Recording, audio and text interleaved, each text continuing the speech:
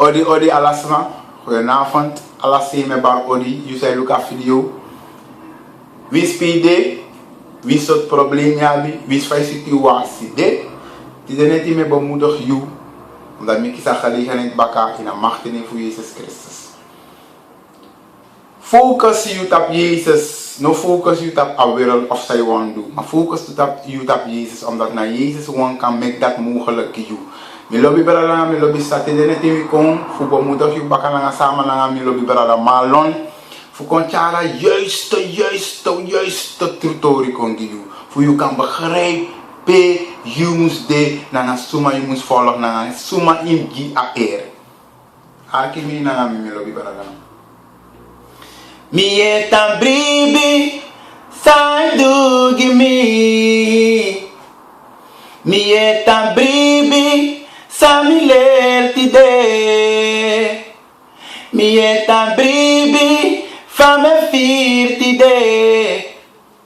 Fua bigi ronco sa dorni calvari. Na Jesus by free.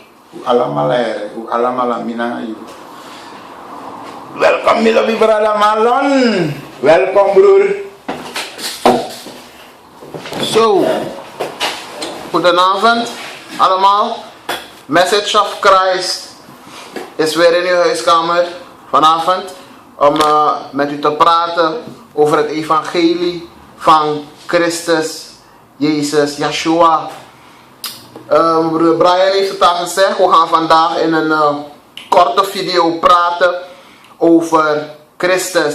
En de titel of het thema voor vanavond is Christus staat centraal. Amen. Christus Jezus is de enige waarom het gaat in het evangelie. Ik wil beginnen in Genesis of met de tekst Genesis hoofdstuk 1 vers 3. En ik lees vanuit de NBG vertaling. En God zeide, er zij licht. En er was licht. Dat is de tekst. God zeide, er zij licht. En er was licht. Hier zien we het woordje zeide. God zeide. Geeft dus aan dat God heeft gesproken. Hij zeide, hij gaf een bevel dat er licht ontstond en er was licht. Hij heeft woorden gesproken en terwijl hij woorden sprak, kwamen de dingen tot stand. Oké. Het woordje zeide, Genesis 1 vers 3. Als we verder het hoofdstuk lezen in Genesis, dan zien we dat elke nieuwe dag die hij schiep, begon met het woord, of met de woorden en God zeide, en God zeide, en God zeide. Dat is de manier hoe hij de dag schiep, elke dag, door middel van zijn woorden. En Gods woorden zijn scheppen, naarmate hij spreekt, of terwijl hij spreekt, ontstaan er dingen. Oké. We zien dat eigenlijk vanaf Genesis tot en met Openbaring is Christus centraal. En vanaf Genesis tot in Openbaring is Christus aanwezig. Hier in Genesis hoofdstuk 1 is Christus aanwezig in de zin van het woord dat God sprak. Zeide, de woorden die vanuit de mond van de Vader kwamen.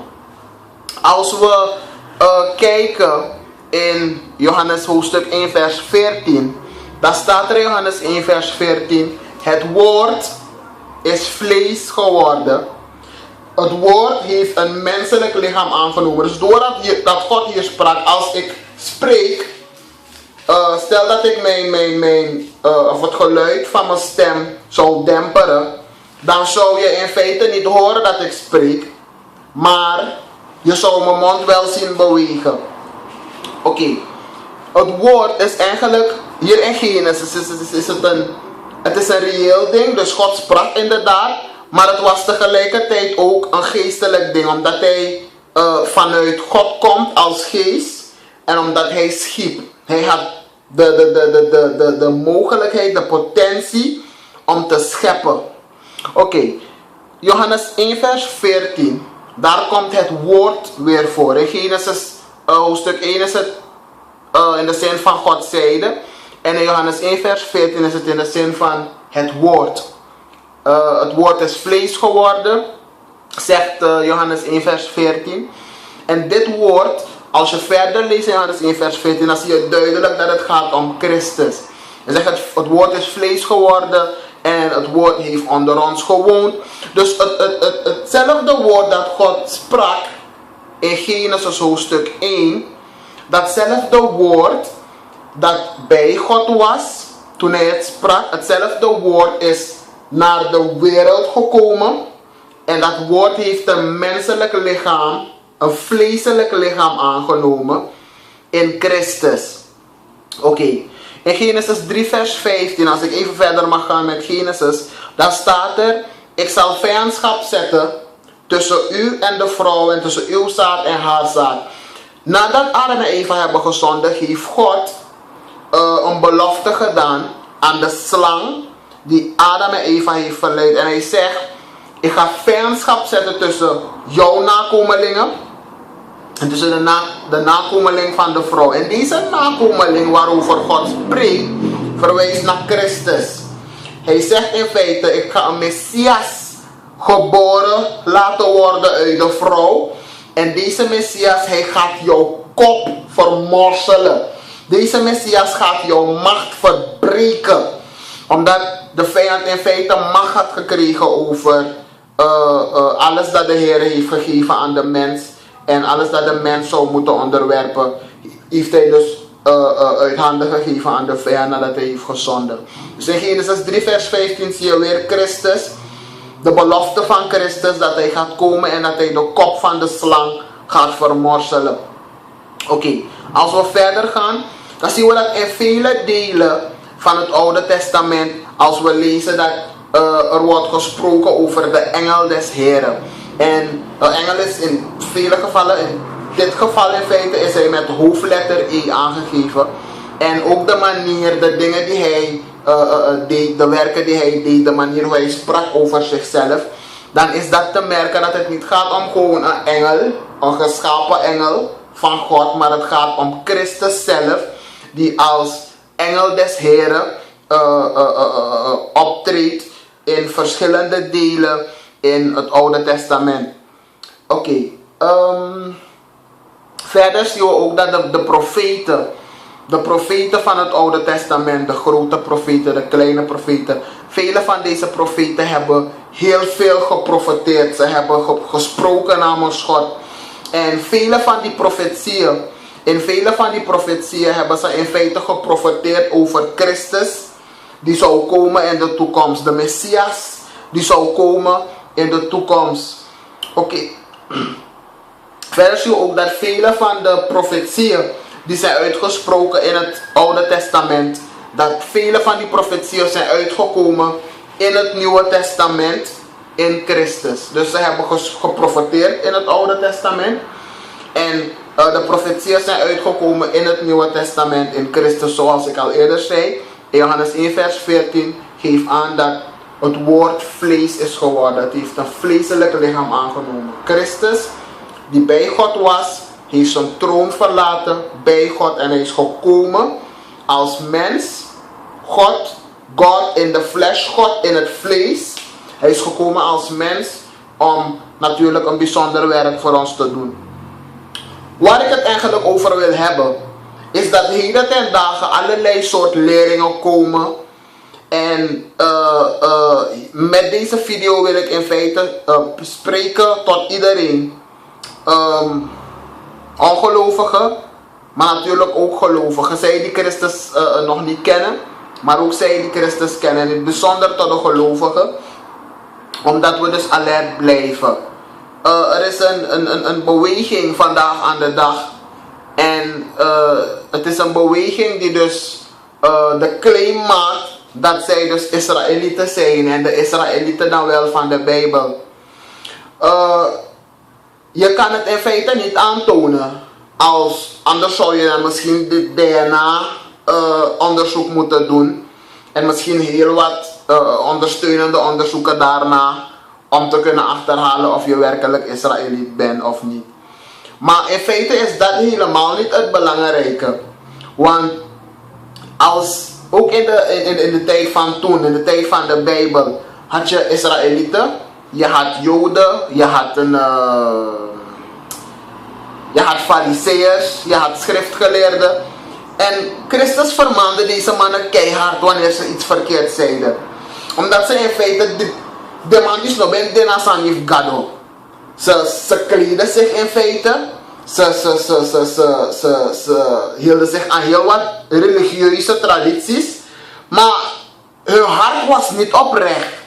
En God is iemand die in feite naar het hart van jou kijkt. Waar is jouw hart ten opzichte van God? Is je hart in traditie? Of is je hart bij hem?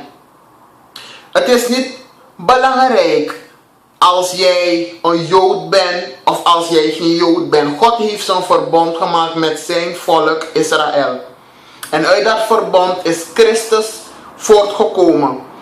En Christus is gestorven voor de gehele mensheid. God heeft een nieuw verbond gemaakt. Die dus niet alleen voor de Joden, maar dus ook voor de gehele mensheid. De niet-Joden, de heathens, beschikbaar is gekomen.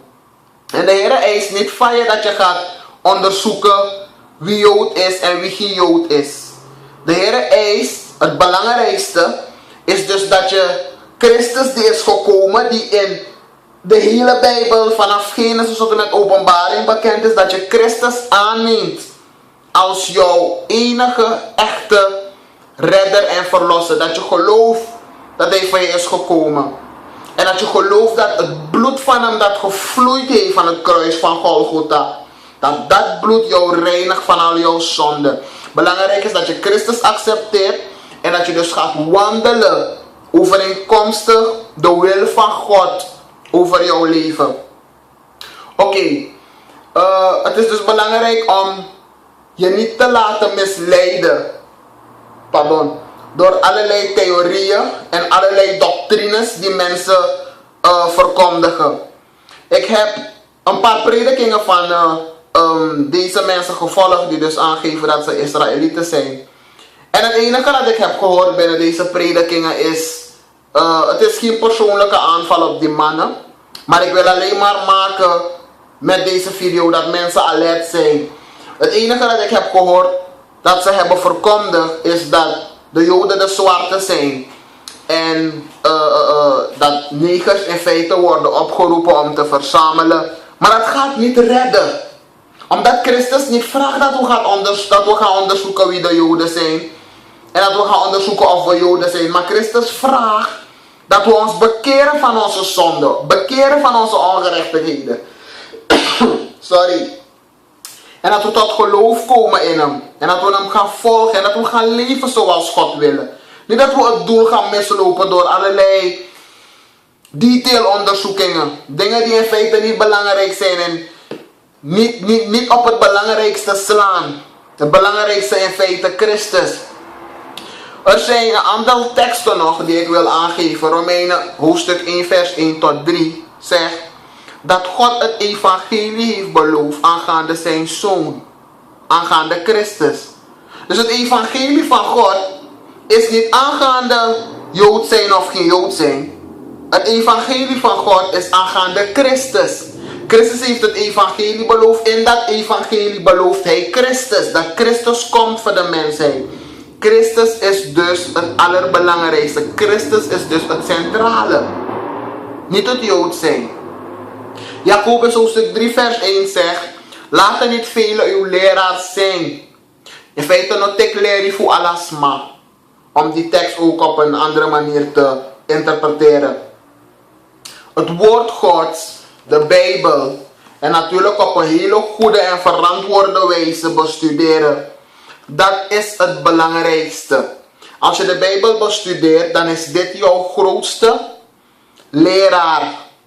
Door middel en door inspiratie van de Heilige Geest van God. Want je hebt de Geest van God nodig om dit woord te kunnen begrijpen en om het te kunnen verstaan. Galaten 1 vers 6 zegt: er is maar één evangelie. Er is geen ander evangelie. Er is maar één. En Paulus zegt verder in die tekst: Het maakt me droevig hoe ik zie dat velen van jullie hebben laten misleiden. Als zou er een engel vanuit de hemel komen en een ander evangelie verkondigen, vervloekt is hij, zegt Paulus. Omdat het evangelie gaat om Christus. Elk ander detail is onbelangrijk. En als je niet oppast, is alle ander detail dwaling.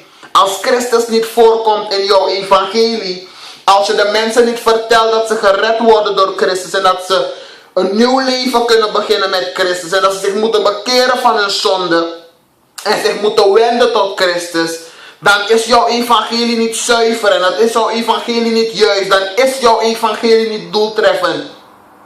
Het evangelie gaat om Christus.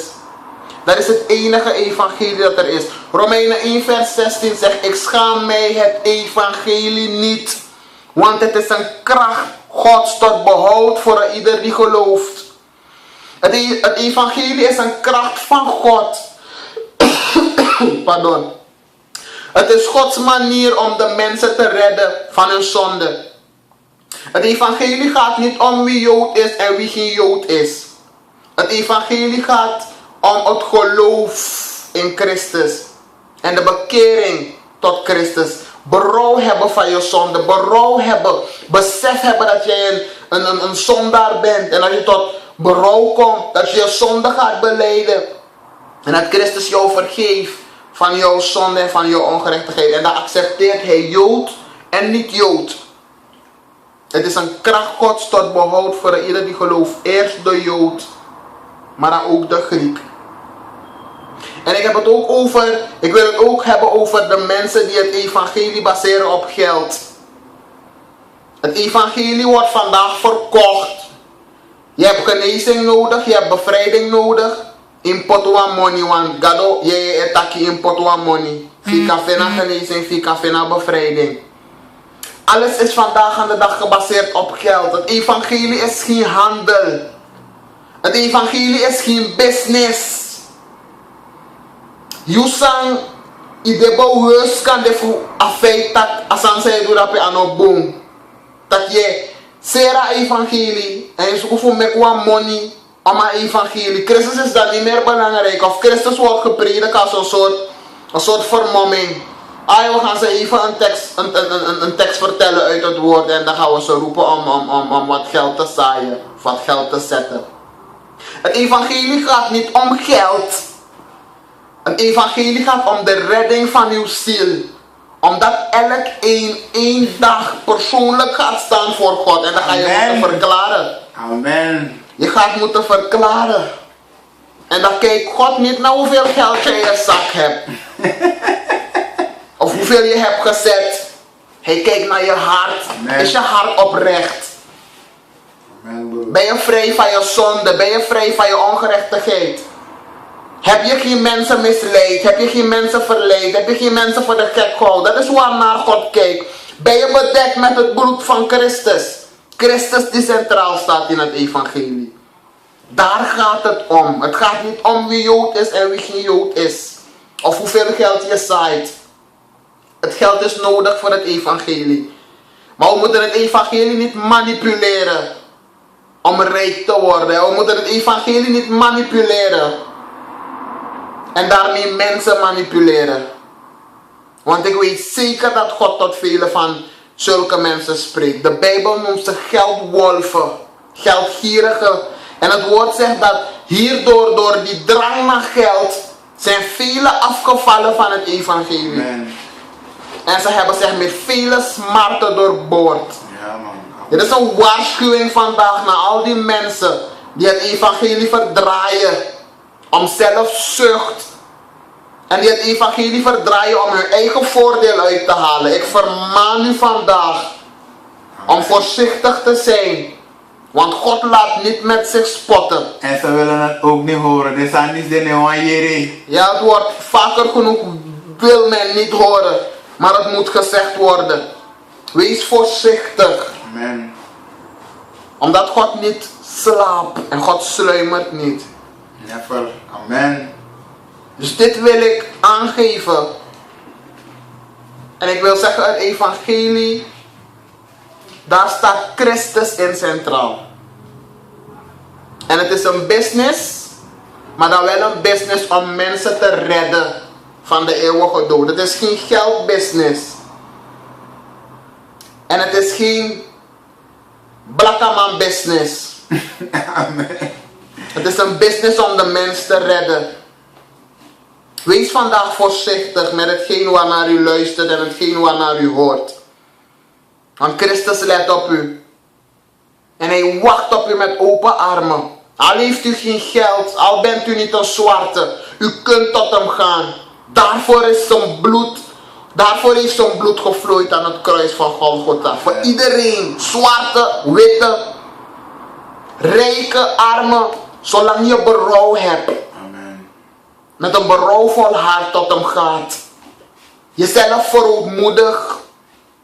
Dan is hij bereid om u te accepteren. En hij zegt, kom tot mij. Allen die vermoeid en belast zijn. Allen. Niet alleen de Joden, allen. Die vermoeid en belast zijn. En ik zal u rust geven. Amen. Dat zegt het woord. En dan kan ik blakken, man. Ik wil u hiermee bemoedigen. Het is een serieuze boodschap. Omdat we allemaal eens terecht zullen staan voor God. Denk erover na. God is een God voor alle mensen en hij wil ieder redden.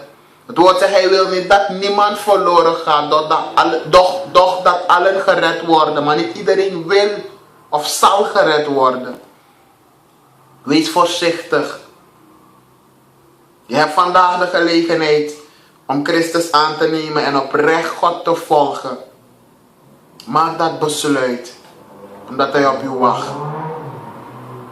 Dit is Message of Christ met de boodschap: Christus staat centraal.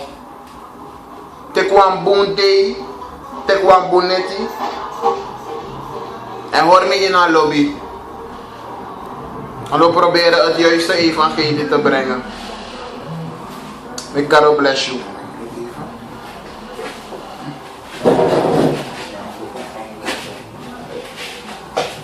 Me lobby brada, me lobby sa misrefe bar odi. If je me poga fumuroko gwa oso of e gwa roko doro veilig ina onder broeder voor Jezus Christus. Lek van brada malon taking ba. Suku Jezus. Make this day you fooding. No make ma tegi lolo sani, no make ma forteri lolo sani. Make this day you fooding. Mi brada na misa. I don't want play to, I don't want kick na serieus. Wees wel laf op chin zo onbepaalde sani. Maar na serieus mi brada, na serieus. Yogo lasi solisi. We take sweetie kon. Fui begrijp. Maar solisi wa bif dep chin vurig. Omdat asane agronta politie go pori. Tras mij kon gebruik aan neem voor Jezus. Tras mij kon gebruik aan neem voor Jezus. Terwijl hij itak Jezus man. Efikari Jezus ne yo baya wagi. Efikari Jezus ne yo baya oso. Maar de netegi ya trufatori. De netegi ya trufatori mi barara amisa. Maar ja, uno horen kort. U de la boodschap disi. Lobby na you, lobby na you, lobby na you. Wij groeten. Amen.